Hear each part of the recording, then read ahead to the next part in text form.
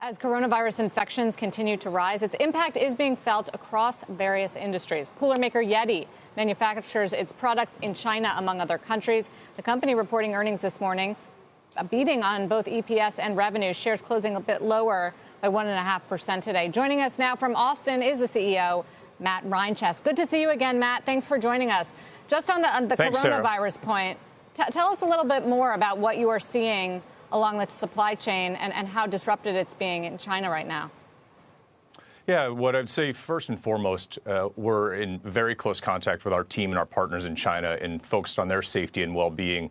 It is something we manage and track daily. We're starting to see progress as workers come back to the factories and factories start to come back online.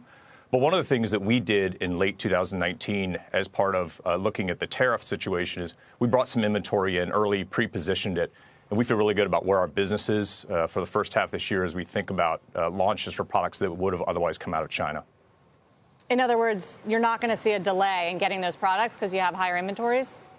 What we have today is we have the product actually in our possession, and so we're able to support the demand that we see in the market. As we go forward, one of the things we're working with our suppliers as they come back online is looking at their production planning, being more directive, working with them on their supply chains so that if there is a prolonged delay in the ramp up, we're able to mitigate and nominalize the risk to us. How much production do you actually have in China? How much of the overall business? Yeah, a significant portion of our business comes from outside of China. As we talked a lot through 2019, we actually moved a number of supply chains out of China. Our drinkware products come from China, and those are the products that, as we were looking at the potential for List 4B tariffs in 2019, we pre-positioned that inventory in late 2019, leveraged a strong balance sheet, and we'll be able to leverage that inventory while we understand the early days and the prolonged nature of what the coronavirus. Right. So interesting. You're benefiting from getting ready for tariffs that aren't going to be put into place. Yes. I'm curious, though, are you done moving or changing your manufacturing capacity, or is that something that's going to continue to be reviewed and potentially you're going to move more out of China? Yeah, one of the things we look at is we look at our supply chain globally, holistically, and well before tariffs were in play, we look at the best place to manufacture the product to support our business needs. And that's an ongoing thing. It didn't stop with the recent decisions on tariffs. And so we continue to look at moving our global supply chain around to make sure it supports not only our domestic growth, but our international growth aspirations.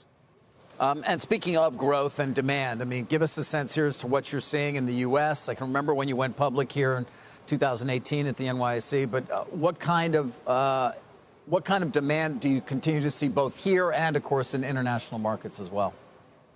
Yeah, well, we just announced this morning an incredible 2019. We had 17% top line growth.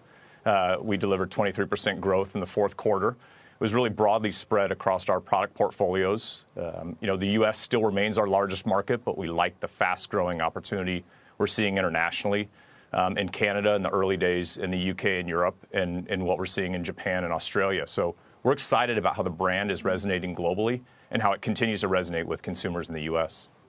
Yeah, about that 23% jump in fourth quarter sales, looks like you're predicting that growth rate to slow down a little bit this year. Why?